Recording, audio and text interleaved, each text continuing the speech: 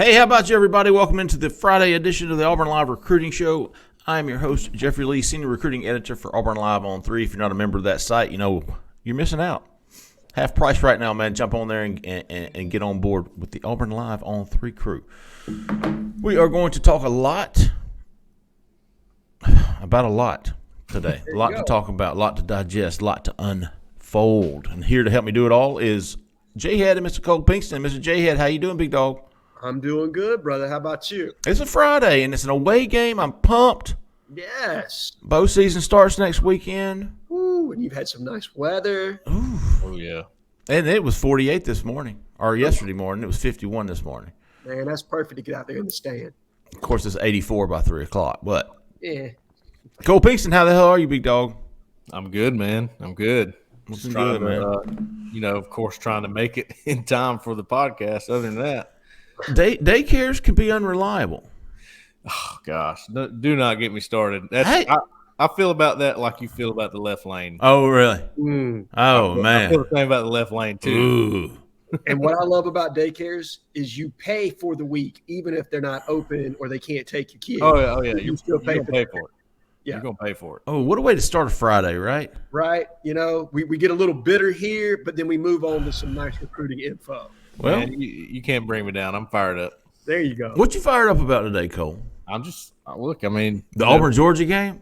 We kind of ripped the Band-Aid off, as Justin Hokanson said. So Justin did, man. Justin Hokanson released this morning on Auburn Live on 3 an insider about kind of what's going on behind the scenes, and he acknowledged that Brian Harsin is still the coach and could be until the end of the season, but there are some things going on behind the scenes which this is no secret, man. You have to have been living under a rock if this is news to you.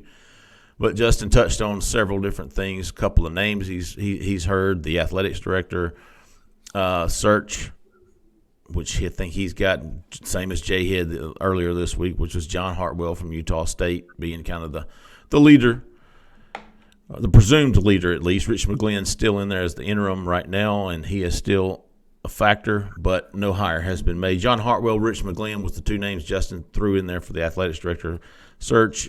Again, no surprise there. Head coaching names being thrown around should things fall through with Brian Harsin at the end of the season. Of course, the timing was kind of new to me. You know, we've been hearing maybe the bye week. Shit, man. If Missouri had kicked the 26-yard field goal, who knows what could have happened. But they didn't. If they had not reached the ball out and tried to score there in overtime, who knows what can happen, but they didn't, or they did. So timing is to me right now, guys, that's the more interesting question. It's not when, it's not if, it's when, right? Right. I think that's what we've all come to feel comfortable about saying. We even talked about it earlier this week on the Recruiting Call-In show when Jhead threw his gloves off. Everybody's been thinking it. We're finally going to be able to say it. But at this point, it's a matter of when. And the when, to me, is interesting. Yes. And I honestly, I thought that from the beginning. Like, what's there to gain by a midseason fire? And people say, well, you're going to throw your name in the hat. Well, man, dude, behind the scenes, if it's going to happen, publicly it doesn't matter what's happening, right? No. It doesn't matter. I mean, you can formally have more direct contact if there is an actual. Right. But that does not prevent people from talking to agents through phone calls or, what have you, some other conduit that's being utilized to kind of get a feel for who's interested and who's not. Yeah. The feelers are out, dude. The coaching searches, the formality of coaching searches is the minimum of the actual meat of what's going on, right? I mean, that's just for show. Yes. 90% of the dealings are going on behind the scenes. So there's really not much to be gained. There is some things to be gained, but not much. So you're paying your coach, these players, maybe they deserve it. Finish the season out, make a move at the end. And you're kind of already ahead of the curve if you're doing things behind the scenes, which obviously Auburn is because Hokinson's hearing that it is. The wheels are turning, let's say. Yeah. A couple of names that I can remember, of course, same guys we heard back in February when the coup was going on. Hugh Freeze, Jeff Grimes, I think he threw in there Lane Kiffin. Deion Sanders, talk about formalities. Maybe he gets an interview. I don't think either one of us believe he is the legit candidate. As of today. As of today, there you go. Yep. I think we always have to preface everything with as of today. Absolutely. Yeah, for sure. And I'm not surprised by those names. I know Jhead, you mentioned both of those guys in the prior weeks. Yep. I don't know. We'll see how it shakes out, man. I hate it for the players, especially going into the Georgia game. That the more buzz is becoming public, right? I guess that's what it is.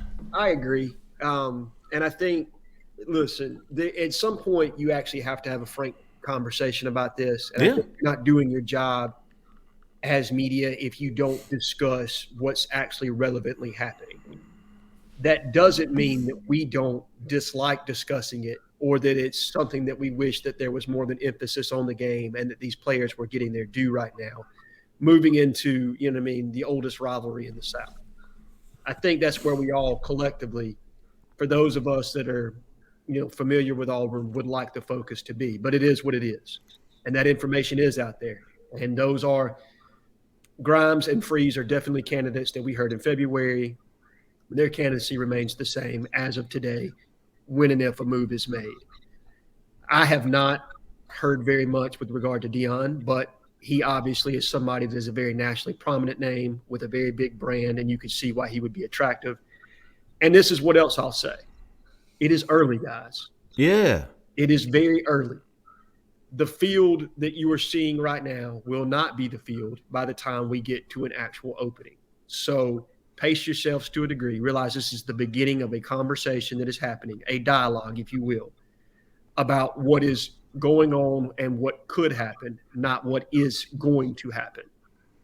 I think that's fair to say. I think if someone were to say, as of today, I would be surprised if the next head coach at Auburn is not one of Hugh Freeze or Jeff Grimes. I would. If there was an opening and Auburn was going to make a hire in the next 3 to 4 weeks, I would say it would be one of those two guys. Hell, ask me next week or next month. There's no telling what happens, but right. That's kind of where we sit. I tell you, man. Cole mentioned this again last week, I think, but you're not hearing that same doubt from recruits. And last week after that LSU game, man, it was Keith said it best. He felt better about Auburn after that LSU loss than he did after some of those wins earlier in the season. I had to agree with him, and so did the recruits. Yeah. James Smith, Quay Russaw, both were there. It was a big difference from the Penn State game, the performance at least. And then you had this large group of kids up from South Florida, including Reuben Bain, who were blown away. And Keith actually mentioned this yesterday afternoon on the corner, just how big of an impact that atmosphere, and it was good, had on those recruits. And Reuben Bain, the 4-star edge from Central there in Miami, loves some Auburn. He loved Auburn before he ever came to that game. And after that game, his attitude, his body language, his words, his tone in which he said those words were – it was enough for me to think Auburn is the team to beat for Reuben Bain. And Keith went by or talked to Adrian Posse, the 4-star quarterback committed to Auburn. I've got Auburn as the team to beat for Reuben Bain. I think he loves Auburn. I really think he loves Rock Bellantoni, and a lot of things are pointing in the right direction for Auburn with Reuben Bain. Yep. Yeah, I agree. I was pretty. I stayed on the field during the game. Sometimes I go underneath, in the media room with you, Jeffrey, and watch the game there. But if it's an atmosphere like that, I want a good feel for it.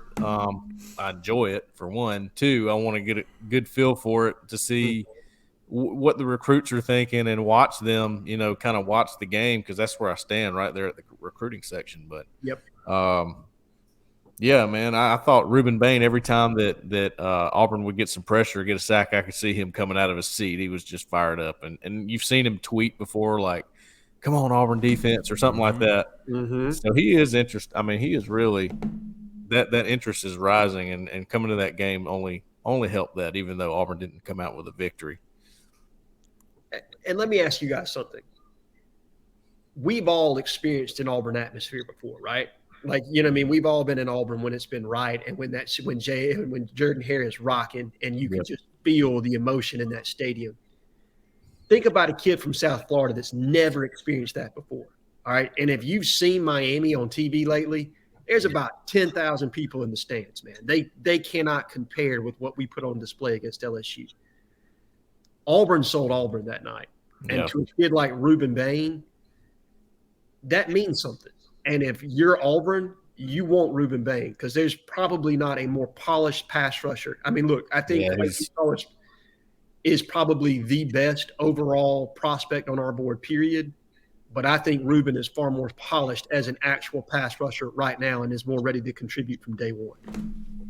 Ashley Williams, Cole, you watched him last night on ESPNU. Zachary played somebody. Ashley Williams. Woodlawn, which was the high school game of the week. They had it on ESPNU. Zachary, man, they're loaded. They got Eli Holstein at quarterback, the Alabama commit. They got LSU commits, Tennessee commits. I mean, every player is a D1 guy. But Ashley, Jhead, I don't know if you watched him, man. He was all over the place. I did. Obviously, I think me and you are football junkies, Cole. And so if I get the opportunity to watch any kind of football, I'm going to take advantage of it. Sure. But first step quickness was what I saw with him. I mean, it's legit, really good first step quickness. Oh, the overall athleticism showed up. Yep. Just a really great performance by him. And, you have to feel encouraged that he's a prospect that's in the fold, especially if he's a baseline. Because, I mean, every target that we have right now that's active on the board, whether it's Quay Russaw, Reuben Bain, help me out here. Who's the kid from South Georgia that we're Gabe Harris. Gabe Harris. Yeah.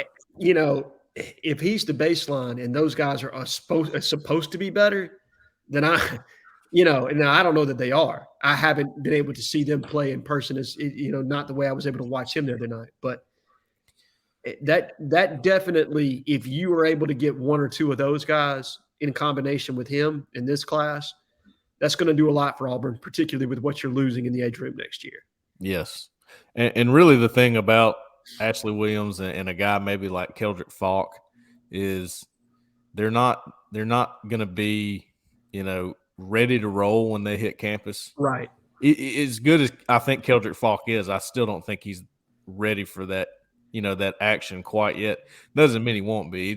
That's just how it goes with some guys. Some guys are ready when they get there, some are not, and that doesn't mean one guy's better than the other. Right. Just watching Keldrick, he's a little raw when it comes to playing defense, and I actually thought he was man, I actually think he'd make a fantastic tight end personally. Yeah. He's just an athlete, Cole. I was actually standing there during the Highland home game with the guys that work for Catapult. Are you familiar with Catapult? Very much so. He said, if you could just put the word out for us, because they're not wearing bras, and tell them what it actually is, because on the picture it kind of looks like they got the it's got a GPS tracker in it. That's the point of these little harnesses they wear. Right. And you see Auburn players do it all the time. It's in all their workout videos and everything else. Right. The idea here is, hey, a 40 time is good, but this is the actual game speed right here. We're going to get you the actual game speed. And they had Keldrick Falk going at 19.5 miles per hour, I think, at one point.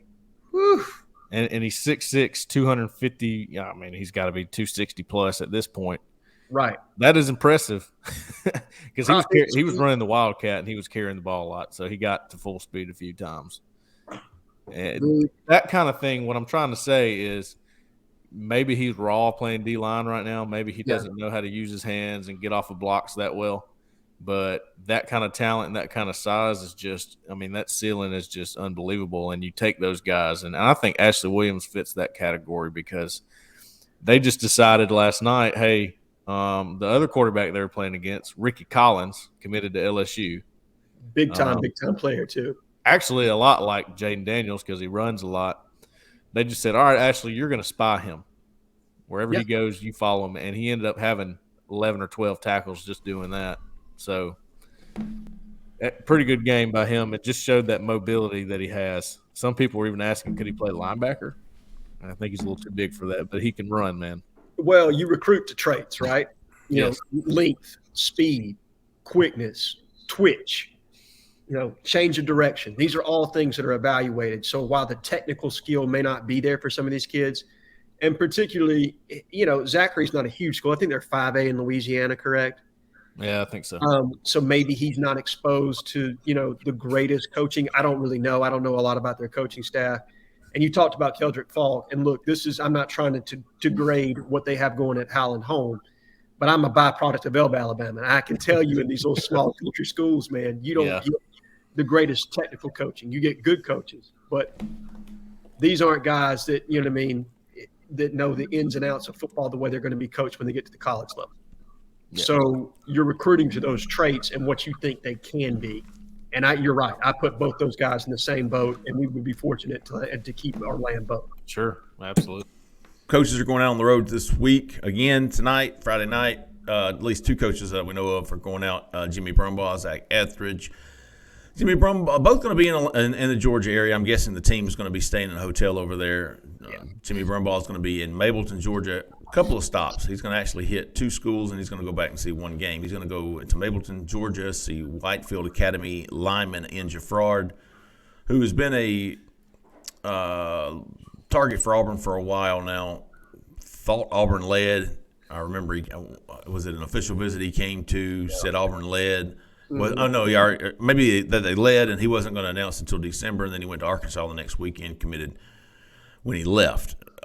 Big reason for that is because Arkansas was recruiting him as a defensive lineman. Auburn was looking at him as an offensive lineman. Well, Auburn changed their tactics once they knew that was kind of what he preferred and remained in the game. So Brumbaugh is going to go take a look at him. He's also going to go to Pace Academy in Atlanta, which is home to a new guy we talked about a couple of weeks ago, and I don't know that I've put him on the hot board yet, but Trevon Baugh? Yeah. Baugh? Yeah. Baff? It's spelled like laugh with a B, but it's pronounced Baugh, I'm guessing. I say Baugh.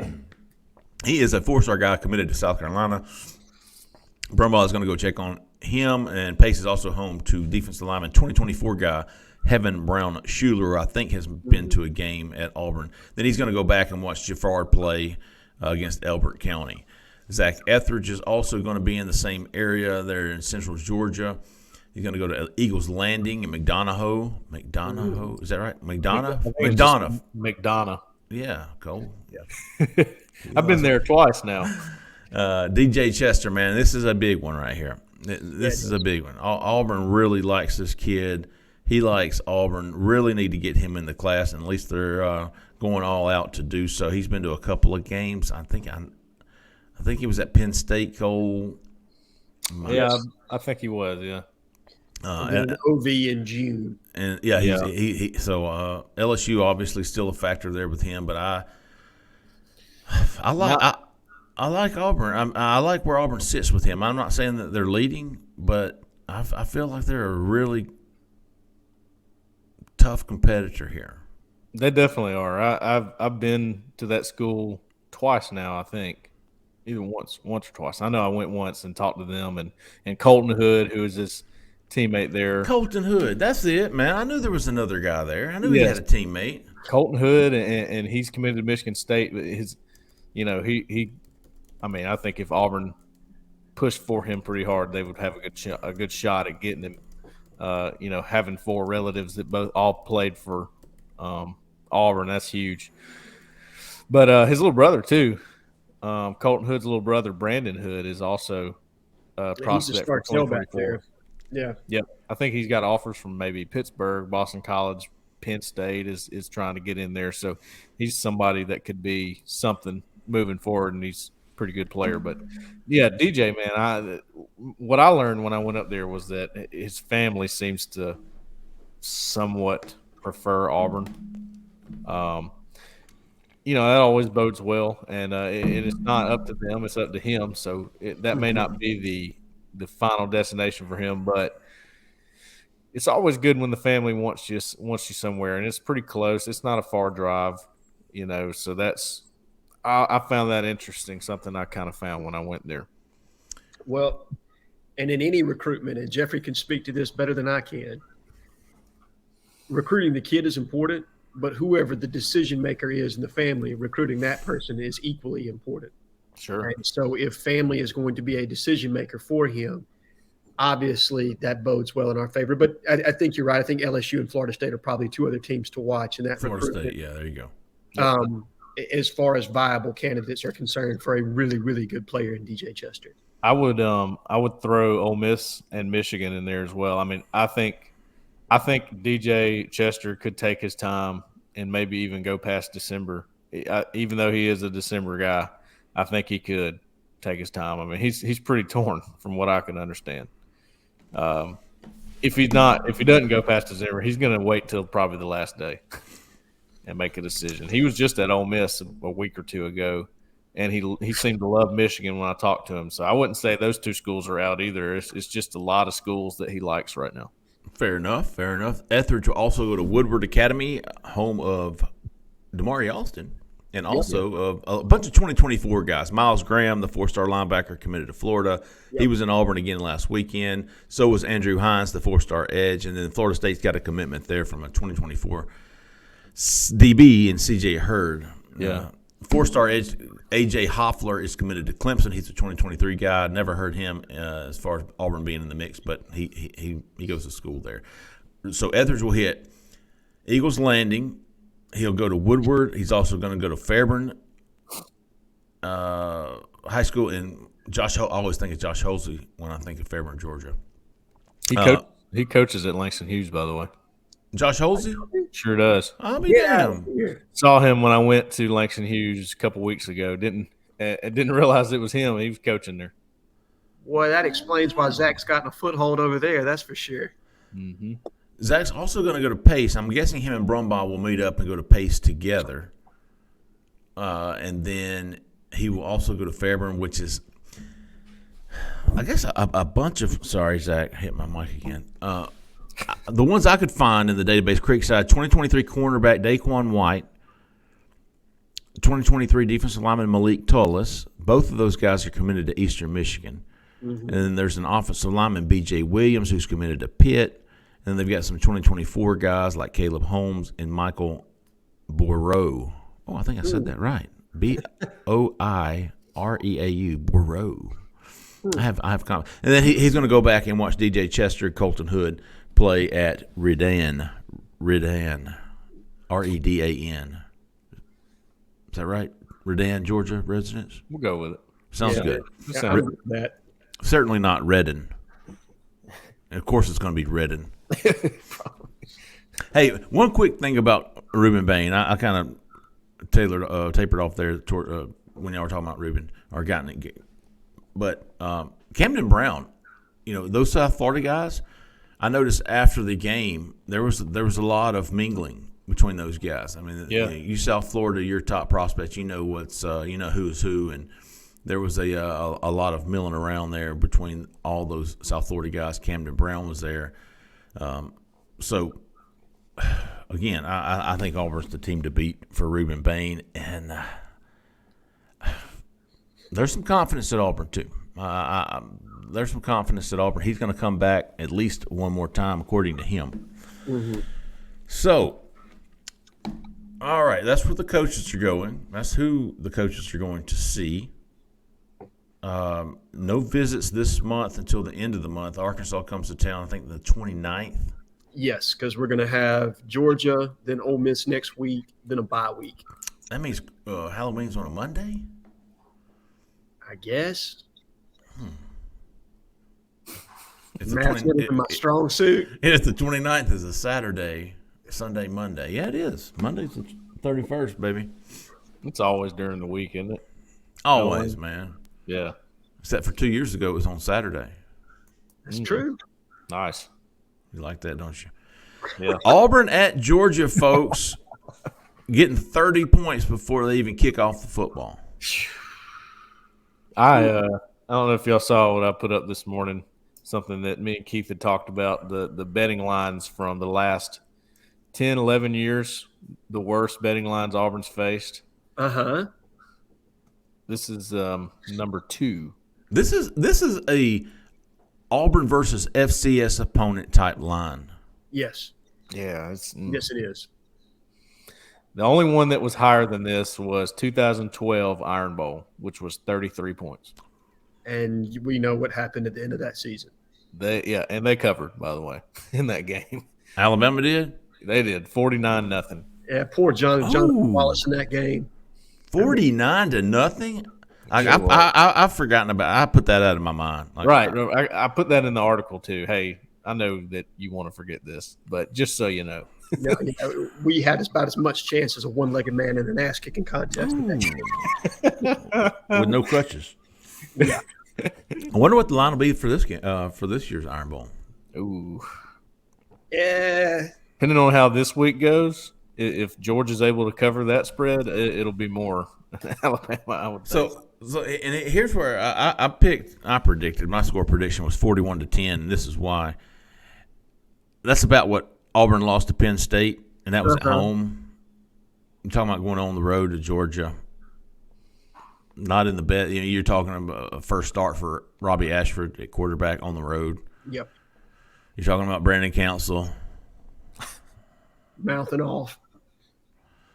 Dude.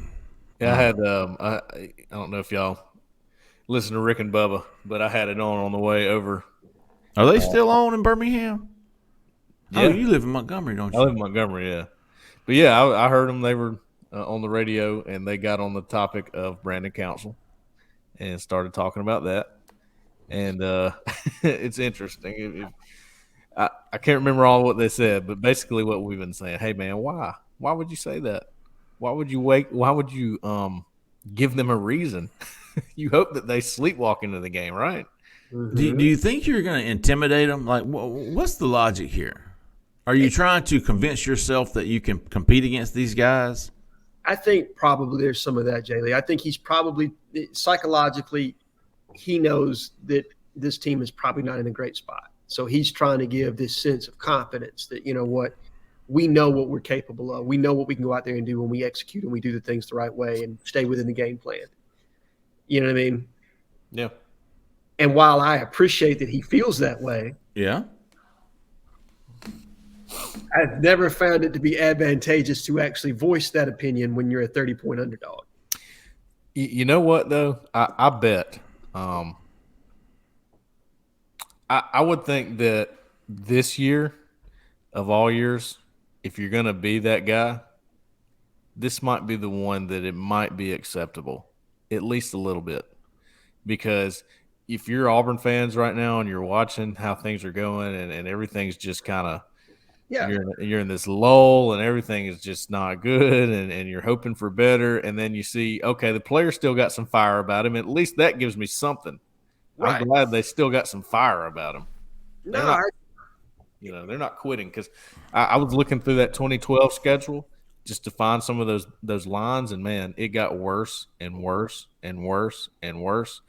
They weren't in games with quality SEC opponents. They weren't in them. Cole, from the Texas A&M game on that season, when Johnny Manziel came in here and just ran roughshod, dude. Dropped 63 points. Yeah. 63.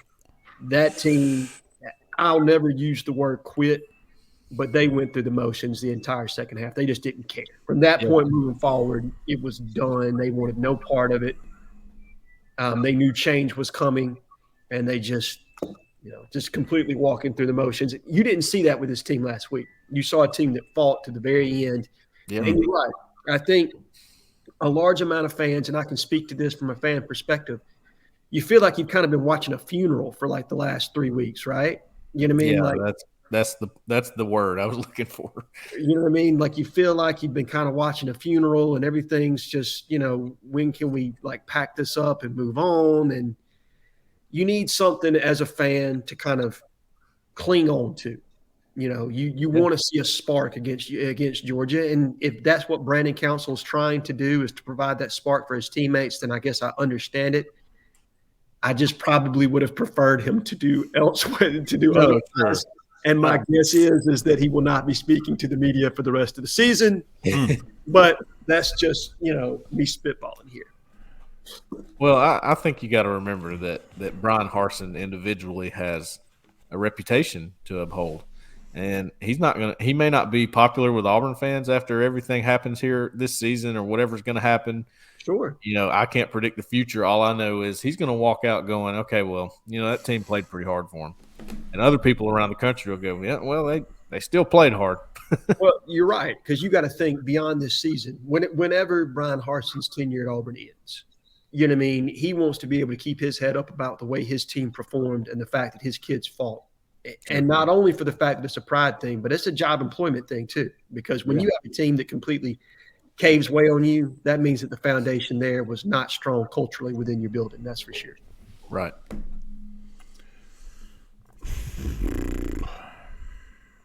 I'm not too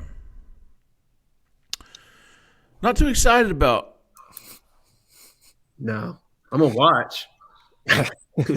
I'm curious, man. You talking about dudes? They got him. They got him. Auburn does. Hey, Auburn's got a few. I will say, man, the defense is starting to at least resemble what I was expecting to see this year. I know I was harping highly on this defense coming in the first 3 games. I was like, hey. Yeah. But they have more than held their own against what kind of offenses, I really don't know. We'll find out this. What worries me, concerns me about Georgia is the running game and how much success Penn State had on Auburn. Yeah. And I don't know that Georgia will have to throw the ball much, only to keep Auburn honest. So No, Jaylee, I think you hit it. I mean, I think they're going to try to emasculate you from the very beginning. And they're so deep.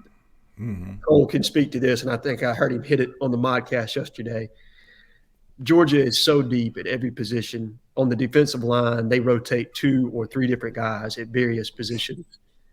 Offensive line, you take one out, you put another one in, they don't skip a beat. And then, like you said, at tailback, Jay Lee, 2-3 guys that are just coming at you. And obviously Stetson Bennett has been very efficient and effective within that scheme this year.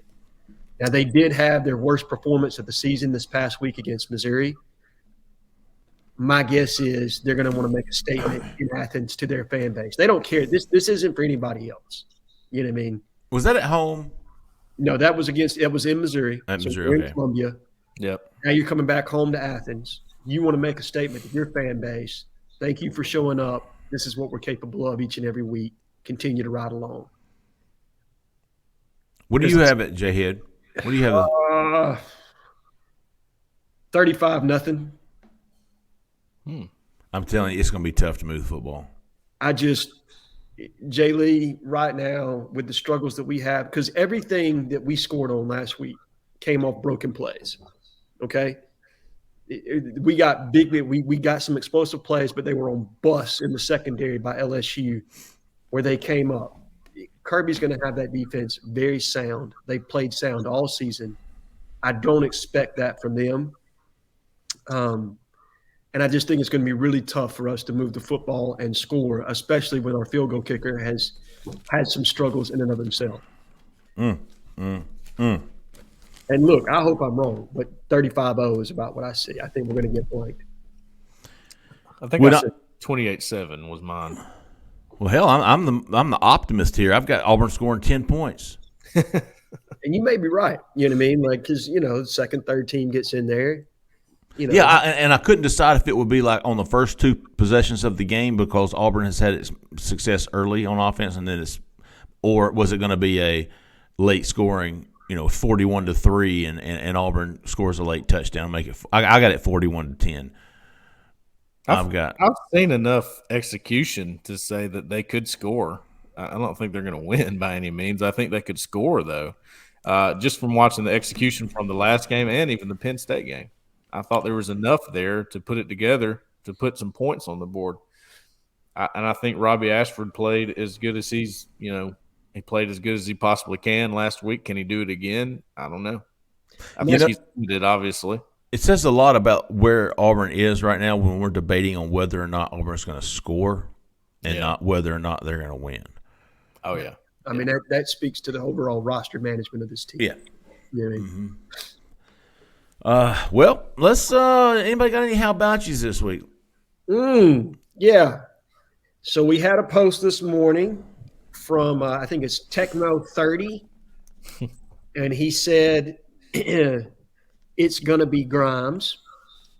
And in that, he said, guys, this is a terrible hire. It's a lackluster hire, but Jhead's slick talking self will talk you into it, and you'll be believing before it's done. So for anybody that's heard my vernacularly challenged accent, for somebody to call me slick talking, I found that to be a real compliment. Slick. Okay?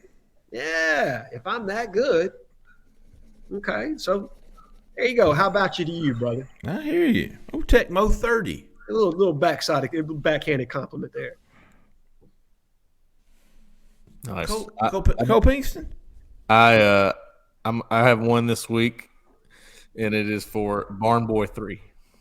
Okay. Oh, Barn Boy. I have met Barn Boy 3 in person now, and good dude. And he's been real active with our live shows, podcasts, and then joined us. So, man, Sweet. Good deal. Welcome. He's been with us for a couple months, but yeah, that's kind of how he found us, I think. Welcome to the fam, brother. I have I've got a few. I got a how about you to Opie 1224. He is a subscriber down in Fort Myers. He posted he was hit pretty hard by the hurricane. Want to know him? We were still thinking about him. And then how about you to Cole Harris? Cole Harris posted what I was considering in my mind, which was the Jarquez Hunter Tank Bigsby debate, which we had a little bit on the podcast yesterday. He at least brought it up, and I thought it was worth a discussion. So how about you to Cole Harris? How about you to Tenaconda? How about you to AU 8908? How about you to Honk if you've coached for Bama? Which, 15 years ago, that would have been a lot of folks. Yeah.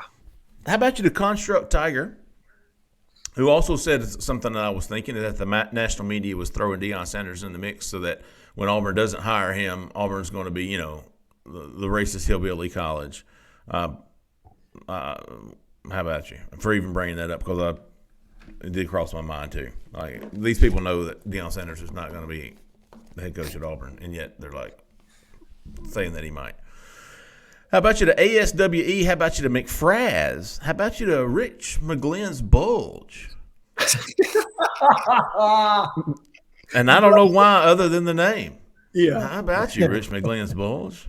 Although it was spelled incorrectly, but I'll let it pass. How about you to Nova Tiger 256? And my Dingleberry of the week, Pomastoclanes. Oh, yeah. No. And I don't know if he was being sarcastic or what, but he was making a case for Bert Blyleven from Illinois. Yeah. Oh, Bert Blyleven was a hell of a pitcher for the Twins back in the 90s or 80s, one. And I remember that because he was on RBI Baseball on Nintendo, speaking of Tecmo 30. Oh, there you go. Y'all are too young to remember RBI Baseball. Oh, no, I'm not. Okay. All right. Listen, man. Used to have some nasty curveballs on that. Was he the submarine pitcher? Yeah, he could bend it all the way out the strike zone, baby. Hell yeah. He was scratching his toes before he threw a fastball. Oh, Dingleberry Pomastoclanes. I also like saying that name, too, because I can pronounce it correctly. Yeah. I'm guessing. All right. All right, folks. We'll end it there. I got to go get my son at some point. Jeez Louise. Hey, before we go, man, I want to say if you're looking for a home in Auburn, Opelika area, Lee County, Look no further than Jessica Andrews with eXp Realty. 5-star realtor, residential and investment properties. 334-704-4442. Give her a call. 334-704-4442. Appreciate everybody listening to the show. Y'all have a decent weekend. I'm not expecting a great weekend. Have a decent weekend. Lower your expectations. Let's see if Auburn can get to double digits. And